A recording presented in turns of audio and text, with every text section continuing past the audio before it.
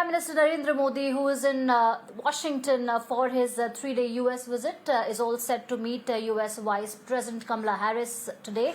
Prime Minister Modi is also expected to meet his Australian and Japanese counterparts later in the day.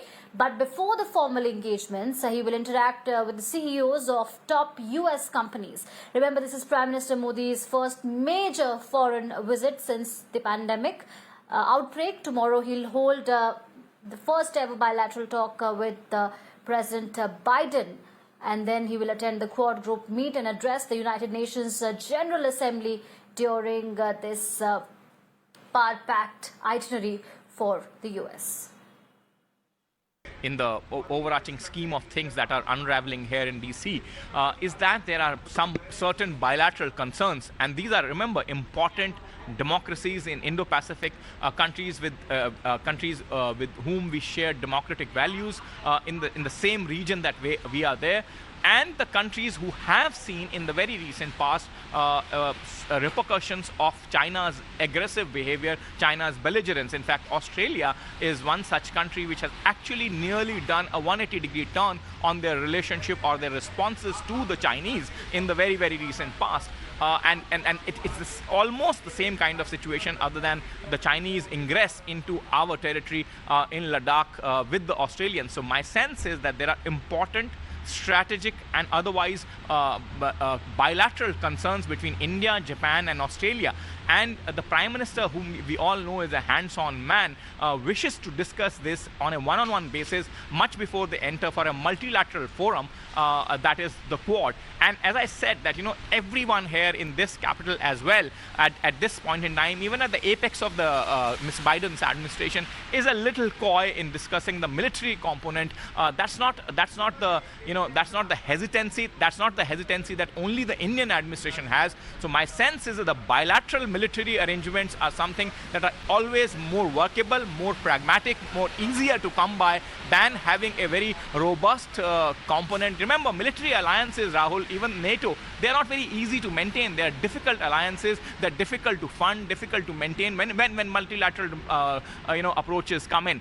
Bilaterally, they have been always far greater.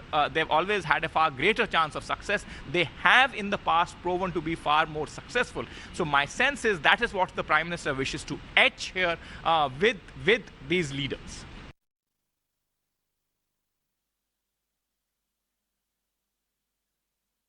All right, to understand these developments more, I'm joined by Times of India's diplomatic editor Indrani Bagchi. Ma'am, thank you for joining us and speaking to Mirror now.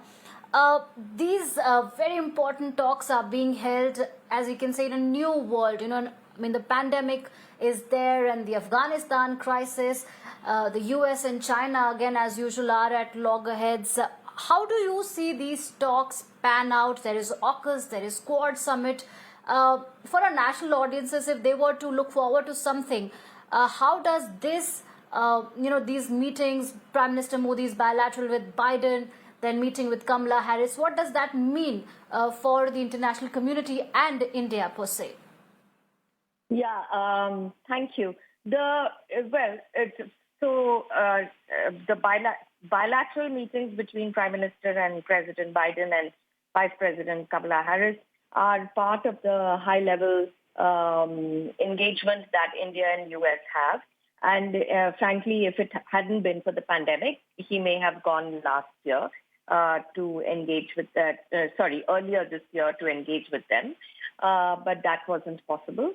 So you are actually seeing something that is part of the normal kind of engagement that Indian government has with the US. We have to understand that India and US have very close relationship, which is not an alliance, but it's a close relationship, and therefore high-level interaction is the norm. The Quad, the more interesting and the more sort of significant meeting will be the Quad Summit, which is going to be the first in-person summit of the Quad leaders. And this will basically take forward the outcomes or the decisions that have been taken by the four leaders at a virtual summit that they held on the 12th of March, 2021. The key components of this are vaccines for the Indo-Pacific, critical and emerging technologies, and climate change. All of these will be taken forward in their discussions, and I think you will see some more commitments on building infrastructure in the Indo-Pacific. You mentioned AUKUS. AUKUS is actually happened already.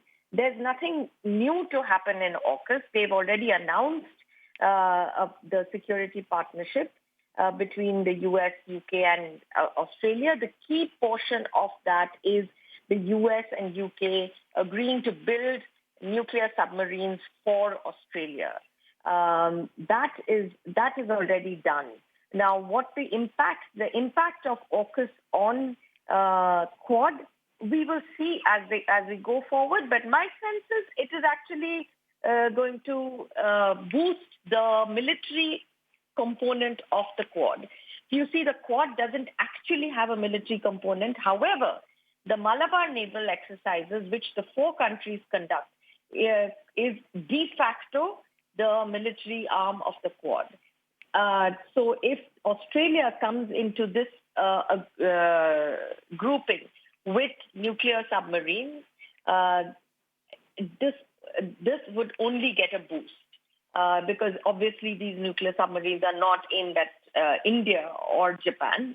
The whole exercise is about balancing China's rise. And so this would all come in handy for the Quad. I don't think the Quad and the AUKUS are at sort of on a collision course or opposed to each other. They are complementary to each other.